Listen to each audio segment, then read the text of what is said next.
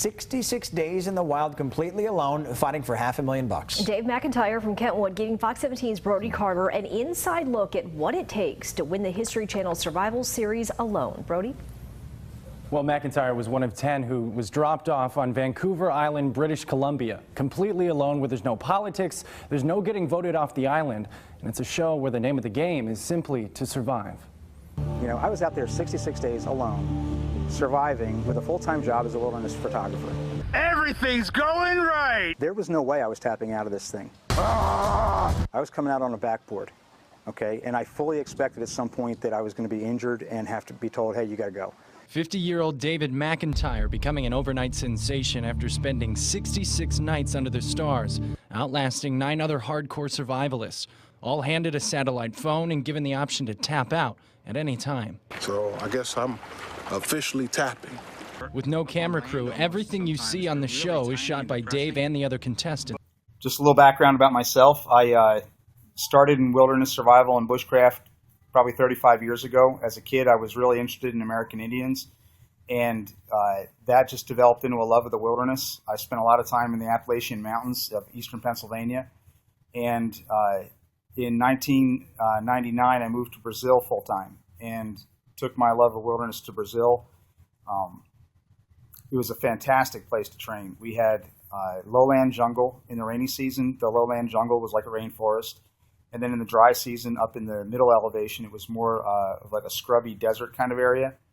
And we had to use jungle and desert techniques in exactly the same place. So it was a fantastic place to train.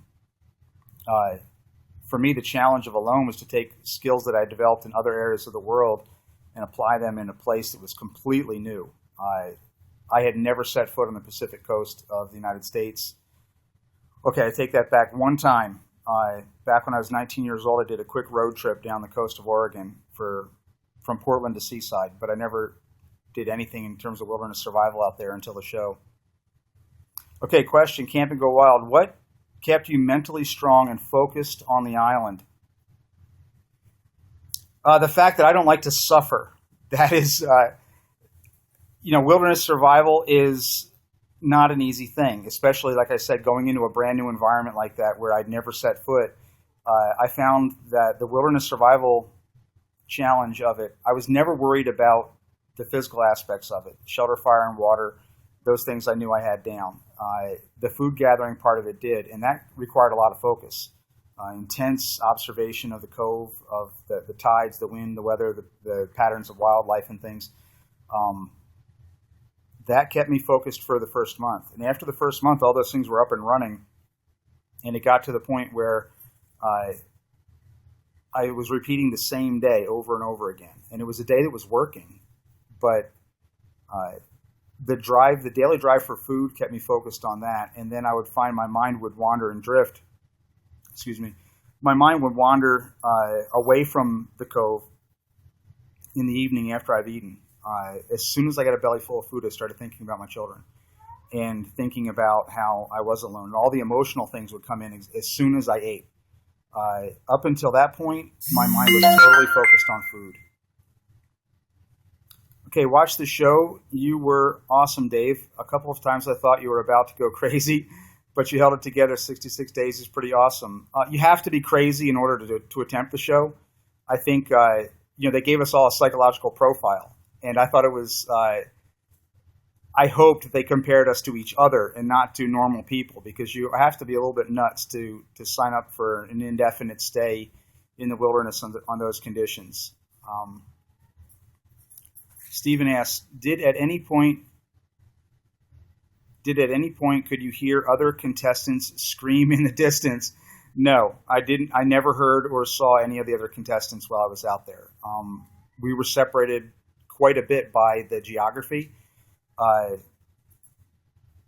It's very difficult for people who watch the show to understand how hard it is to move around in that environment. You just can't walk through that forest. As Larry said in one of his segments, you don't walk through the forest there, you climb through it.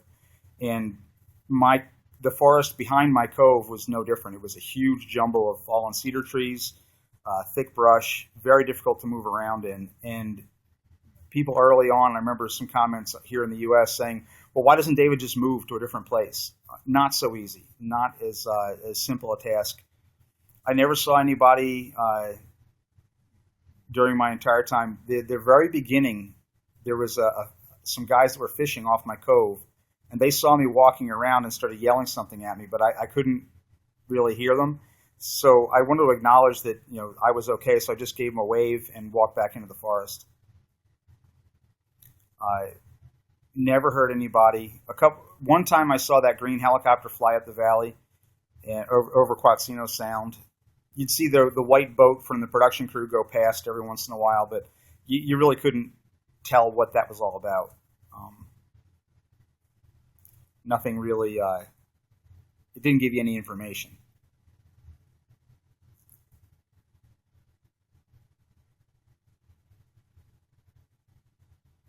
You go back to the question about what kept me mentally strong and focused on the island.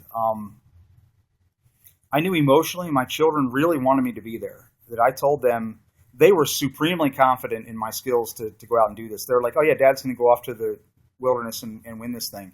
And I was like, guys, it is not that easy. I'm up against some very stiff competition, a lot of skill out there, and anything could happen. I knew my kids loved me and wanted me to do this, and that gave me a lot of mental strength, knowing that they knew where I was and that they knew if they hadn't heard anything that I was okay. And I knew that if production didn't tell me anything about my kids, that my kids were okay, and that gave me a lot of mental strength. And the other aspect in my life that I drew a lot of strength was from my faith. And you know, other people may or may not share that. It really does work for me, and it has worked in other places as well. That's what I do when I'm stressed, when I get broken down, when I am struggling. That's where I go. I really do believe that a man is strongest and stands tallest on his knees, and that aspect of my life is huge to me, and it really, my time on the island really hammered that home.